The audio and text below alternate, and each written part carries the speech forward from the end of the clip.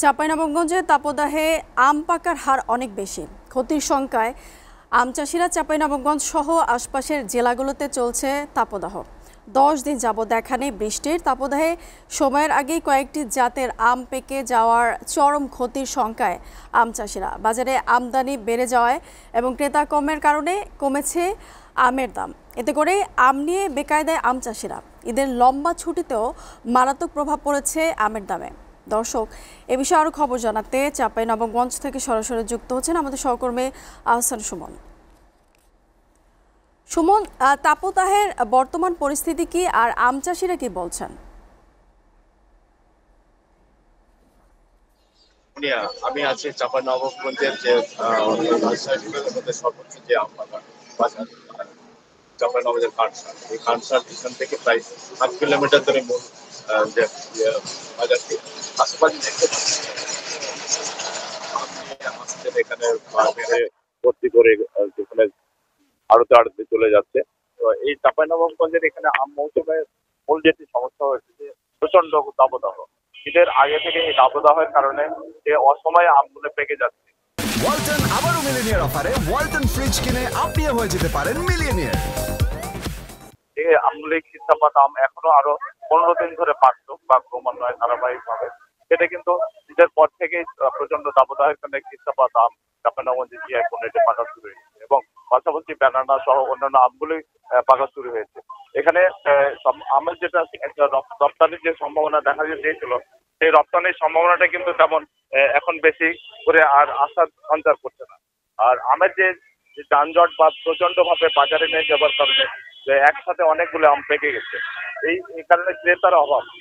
কারণ আরেকটি যেটা বিষয় হচ্ছে যে এখানে ঈদের দীর্ঘ ছুটিতে এখানে মানুষজন তারা এখনো কর্মস্থলে ফেরেনি বা ঢাকা, চিটাগাং সহ বিভিন্ন জায়গাতে পৌঁছেনি। এই কারণে দীর্ঘ ছুটির কারণে একটা বড় প্রভাব পড়েছে। আর তো গরমের কথা যে আছে, দাবদাহের বাইরে যে বিষয়গুলো আছে, সেই গরমের কারণে আমগুলি একসাথে পেকে যাচ্ছে। এখন খিস্তাপাত আম প্রায় ঈদের পরে থেকে ব্যাপকভাবে এখানে চলে আসছে। আর দীর্ঘ ছুটির কারণে পর্যটক কিন্তু খুবই কম। পর্যটক এসে এখানে আম কেনেন বা এখানে বিভিন্ন জায়গায় পাঠিয়ে থাকেন। আর আপনার উনি আর একটু জানিয়ে রাখেন যে 5 মাস ব্যাপী চলবে এই আমের মৌসুম। এই এখন থেকে 1 মাস আগে থেকেই আম কেনা বা এখানে আমের আমদানি শুরু হয়েছে।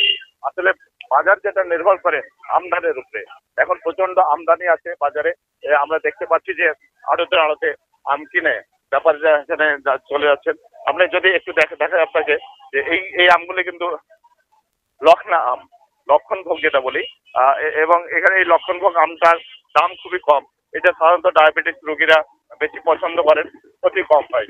লক্ষণভোগ আমটা দেখতে খুব সুন্দর পাকলে, এবং এই আমগুলি বাজার দরটাই কিন্তু কম এবং ক্রয়ের সাধ্যের মধ্যে থাকে। পাশাপাশি আমরা দেখতে পাচ্ছি যে এই আমটি খিস্তাপাত। আমরা যদি এই চামড়াটা দেখি, তাহলে এখানে আমের টেস্টের এবং গুণগত মানের কোনো পরিবর্তন হবে না। চকচকে আমের চাইতে এই আমটির স্বাদে গন্ধে কোনো অংশেই কম নাই। সুতরাং দাম কম আছে। আমরা ভোক্তার কাছে আম চাষিরা দাবি জানিয়েছেন যে এই সময়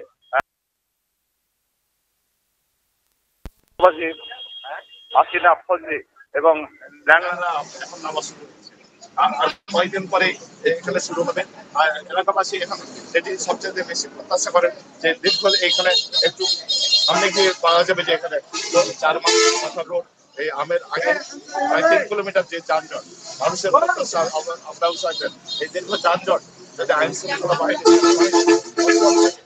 যানজট যদি মুক্ত করা যায়, তাহলে কিন্তু নির্বিঘ্নে আম চাষিরা আম বেচা কেনা করতে পারবে, তাদের ন্যায্য দামটিও পাবেন। এরকম যে প্রত্যাশা করছেন বা যানজট মুক্ত রাখার জন্য আম চাষিরা সহ এলাকাবাসী প্রত্যাশা রাখেন। এই ছিল আমার কাছে সর্বশেষ মুনিয়া।